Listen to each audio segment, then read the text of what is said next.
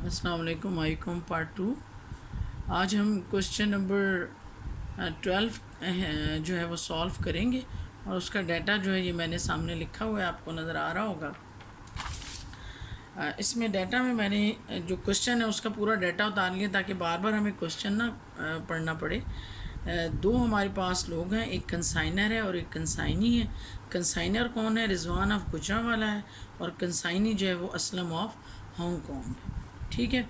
और जो रिजवान ऑफ गुजरांवाला है send 100 swing machines at the rate of 650 पर मशीन। ठीक है।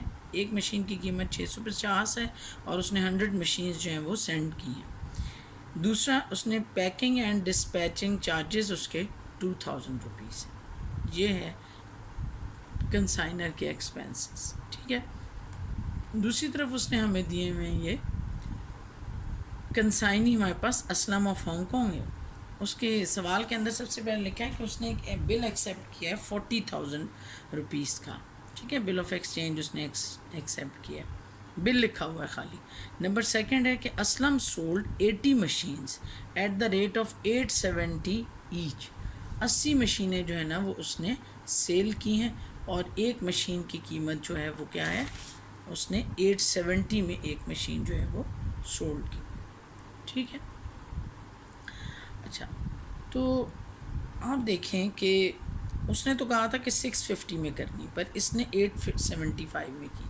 इसको क्या फ़ायदा होता है कि जब ये महंगी सोल्ड करता है ना तो उससे इसका कमीशन जो है वो बढ़ जाता है। ठीक है। नंबर थर्ड क्या है? Expenses on freight 3000, expenses on godown 250। Freight पे उसने 3000 एक्सपेंसेस किए और गोडाउन पे उसने 250 एक्सपेंसेस किए। यहाँ पर उसने जो एक्सपेंसेस है ना वो आपको अलग अलग बता दिए। जब वो एक्सपेंसेस अलग अलग बता देता है तो याद रखें आप कि फिर आपको ये देखना होता है कि ये एक्सपेंसेस में से कौन से आपके डायरेक्ट एक्सपेंसेस हैं। ये आपको ज़रूर गौर करना पड़ता है। ये अभी मैं आपको बताऊंगी, आपने जहन में रखना है कौन से एक्सपेंसेस हैं उसके। एक तो उसका एक्सपेंस है गोडाउन का 250 और एक इसका इंश्योरेंस का 500 है। ठीक है।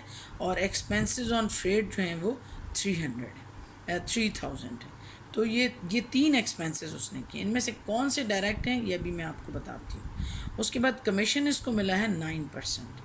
और due to insolvency 4 machine fail to pay. अब इस पूरे सवाल के अंदर जो नई बात आई है, पहले क्या थी, जितनी मशीनें आई थी वो उसने बेच दी जो एक्सपेंसेस किए सवाल में, 1 2 3 सवाल इस तरह के थे। अगली के अंदर क्या हुआ कि उसने जितनी चीज़ें भेजी थी उसमें से कुछ सोल्ड हो गई और कुछ अनसोल्ड रह गई। अभी तक हम ये पढ़ते रहे, लेकिन क्वेश्चन नंबर 12 के अंदर वो आपसे कह रहा है कि उसने मशीन्स तो 100 भेजी थी लेकिन उसमें से कितनी उसने सेल की, 80 सेल की। इसका मतलब है 20 जो है वो अनसोल्ड भी रह गई हैं। ठीक है। अनसोल्ड भी हमें कैलकुलेट करना होगा जो भी हम करेंगे।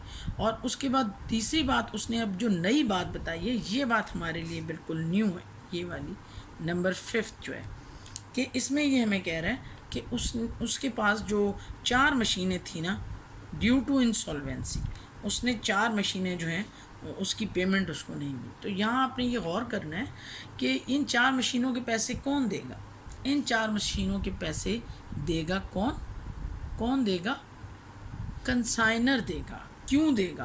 क्योंकि वो डेल क्रीडेयर कमीशन इसको नहीं दे रहा है। अगर वो इसको डेल क्रीडेयर कमीशन देता तो फिर वो इसके पैसे कंसाइनी को भरने होते। यहाँ पर सिर्फ कमीशन दिया हुआ है उसने, ये 9%। तो इसलिए वो जो है ये भी जो 4 मशीनों की इंसॉल्वेंसी है या ये अब क्या कहलाएंगे, बैड डेट्स कहलाएंगे, ये कौन बर्दाश्त करेगा?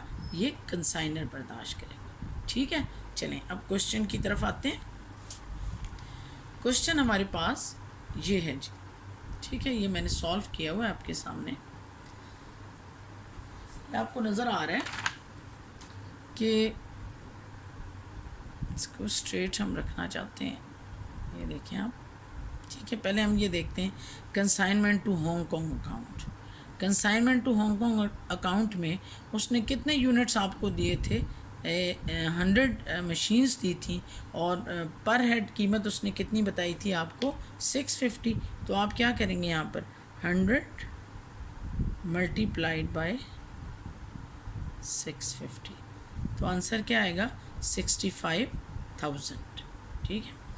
उसके बाद एक एक्सपेंस जो है वो कंसाइनर ने किया था 2,000 का डिस्पैचिंग का, तो हम क्या लिखेंगे कि कैश, हम लिखते हैं consignment account to cash account.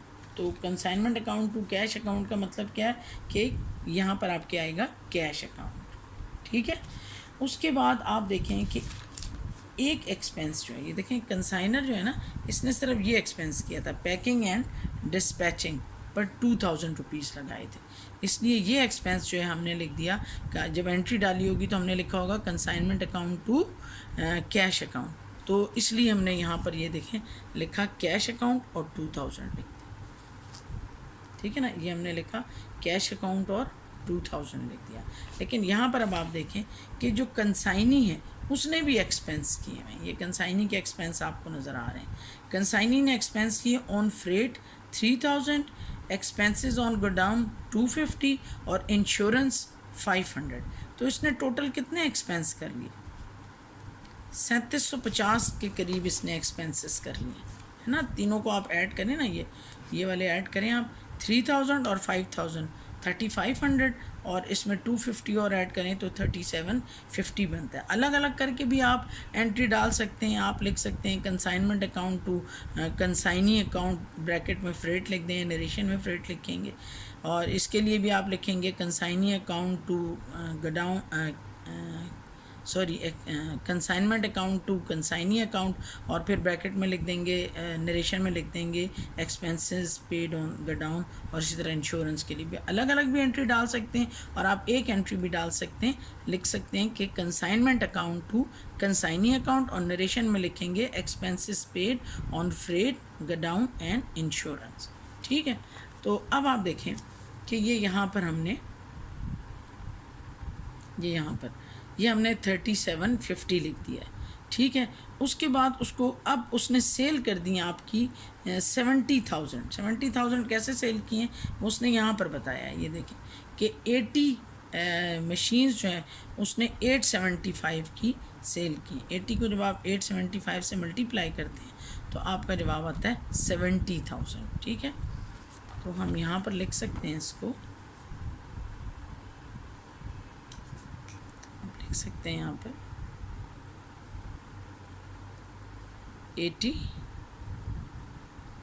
80 multiplied by 875, तो ये आपका जवाब आएगा। ठीक है। 80 मल्टीप्लाइड बाई 875 70,000, ये आपका जवाब है। सही हो गया। अच्छा, उसके बाद अब इस 70,000 के ऊपर उसको मिलता है कमीशन। ठीक है। कमीशन भी तो मिलता है ना उसको। कितने % कमीशन है उसका? कमीशन हमने लिखा था उसका 9% कमीशन है। तो अब आप 9% 70,000 मल्टीप्लाइड बाय 9 डिवाइडेड बाय 100 करें तो 6,300 आ जाता है। ठीक है। 6,300 आ जाएगा। ये कमीशन हो गया उसका। और ये जो बैड डेट्स मैंने लिखे हैं, ये कितनी 4 मशीनें थी। 4 मशीन्स को आप मल्टीप्लाई करें 875 से, तो ये आपका जवाब आ जाएगा 3,450। ठीक हो गया। अब खाली हमारा एक ही रह गया स्टॉक ऑन कंसाइनमेंट। वो हमने कैसे कैलकुलेट करना है, वो उसी तरीके करना है जैसे हम पहले किया करते थे। ये मैंने कैलकुलेट किया हुआ है, आपको नज़र आ रहा होगा, stock calculation of stock on consignment. ठीक है। ये कैसे किया हमने? Cost price of 20 machines unsold, 20 को हम मल्टीप्लाई किससे करते हैं? जो कंसाइनर ने प्राइस दी होती। कंसाइनी वाली प्राइस है नहीं, 12वां सवाल कर रही हूँ और मेरा ख्याल है 24 दफ़ा मैं ये बात बता चुकी हूँ आपको कि जब आप कॉस्ट प्राइस मालूम करते हैं अनसोल्ड की, तो उसमें वो प्राइस लगाते हैं जो कंसाइनर ने दी होती। कंसाइनी ने तो 875 का बेचा है, बैड डेट्स में आपने 875 को मल्टीप्लाई किया उन 4 मशीनों से जो कंसाइनी की प्राइस थी। लेकिन जब आप calculation of stock on consignment करते हैं तो उसके अंदर आप जो है वो कंसाइनर की दी हुई प्राइस को ही कंसीडर करते हैं। ठीक है। तो आपने 20 को से मल्टीप्लाई किया, ये आ गया आपका 13। नज़र आ रहा है आपको? ये आ गया 13,000, ठीक है। उसके बाद आप ऐड करेंगे इसमें प्रोपोर्शनेट डायरेक्ट एक्सपेंसेस। मैंने कहा था तब मैं आपको बताऊंगी डायरेक्ट एक्सपेंसेस क्या हैं। अब आप ज़रा देखें इधर पे कि यहाँ पर ये जो एक्सपेंसेस हैं कंसाइनर के, ये 2000, ये तो आपको मैंने बताया हुआ है कि कंसाइनर के सारे एक्सपेंसेस क्या होते हैं, वो डायरेक्ट एक्सपेंसेस होते हैं। कंसाइनर के सारे एक्सपेंसेस क्या हैं, डायरेक्ट एक्सपेंसेस, इसलिए 2000 तो ये हो गए। अब कंसाइनी के जो गोडाउन रेंट है और जो उसने इंश्योरेंस करवाया है वो जो हैं वो गोदाम में पहुंचने के बाद के हैं, ठीक है। गोदाम के ऊपर जो खर्चा आया वो बर्दाश्त करेगा, इंश्योरेंस जो गोदाम में रखवा कर करवाई है उसने वो बर्दाश्त करेगा, इसलिए ये दोनों शामिल नहीं होंगे। हाँ, फ्रेट के जो वो माल उठा कर लेकर आया है, वो एयरपोर्ट से लाया है या सी पोर्ट से लाया है, जहाँ से भी लेकर आया, उसकी जो फ्रेट है उसकी पेमेंट जो है वो क्या होगा, हमारा डायरेक्ट एक्सपेंस होगा। तो ये एक डायरेक्ट एक्सपेंस है और एक ये डायरेक्ट एक्सपेंस है, दोनों को ऐड करने तो कितना बनेगा 5000। अब आपने 5000 का यहाँ पर 5000 का आपने कैलकुलेट करना है। मैंने आपको जो फार्मूला बताया हुआ है फार्मूला यही होता है, लेकिन मैं इसलिए बार बार इस यहाँ पर अपना लिखा हुआ चेंज करती हूँ कि आप लोगों को याद रह जाए कि अनसोल्ड 20 है और टोटल यूनिट कितने 100 मल्टीप्लाइड बाय डायरेक्ट एक्सपेंसेस। जब आप इसको मल्टीप्लाई करेंगे तो यही जवाब आएगा 1000, ठीक है। ये 1000 आपका आंसर आ गया। इन दोनों को आपने ऐड किया तो ये आ गया आपका 14000। अब ये 14000 आप कहाँ लिखोगे, ये यहाँ पर लिखो, ये लिखा हुआ है, ठीक है। 14000 ये क्या है, स्टॉक ऑन कंसाइनमेंट। इनको आपने ऐड किया तो 84,000 आ गया, इनको ऐड किया तो ये कम था, इसको इसमें से माइनस किया तो ये जो जवाब है आपका ये वाला, ये आपका कहलाता है, ये सॉरी ये मल्टीप्लाई करके ये आता है, और ये जो जवाब आता है आपका ये आता है आपका प्रॉफिट, ठीक है। ये आ रहा है आपका प्रॉफिट।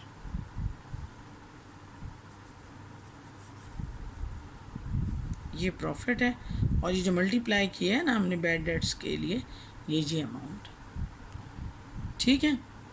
अच्छा, यहाँ तक समझ आ गया। अब अगला हम करते हैं मिस्टर असलम अकाउंट। असलम का अकाउंट कहाँ से हमें मिलता है, असलम का अकाउंट हमेशा हमें मिलता है कंसाइनर की बुक में से।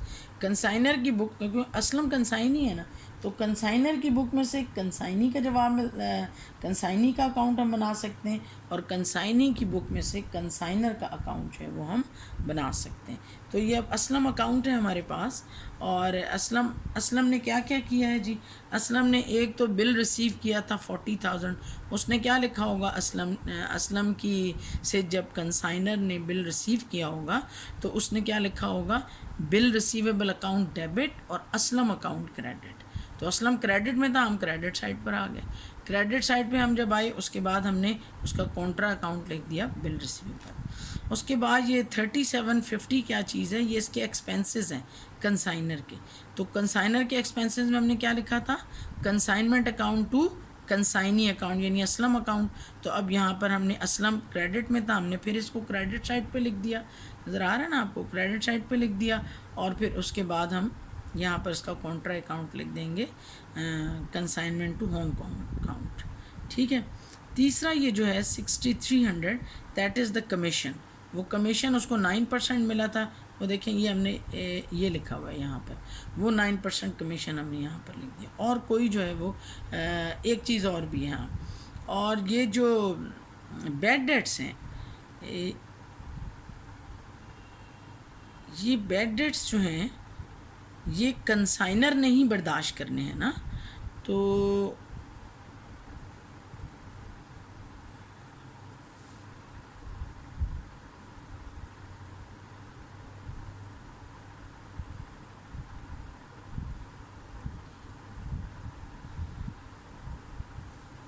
तो हम क्या करते हैं इसके लिए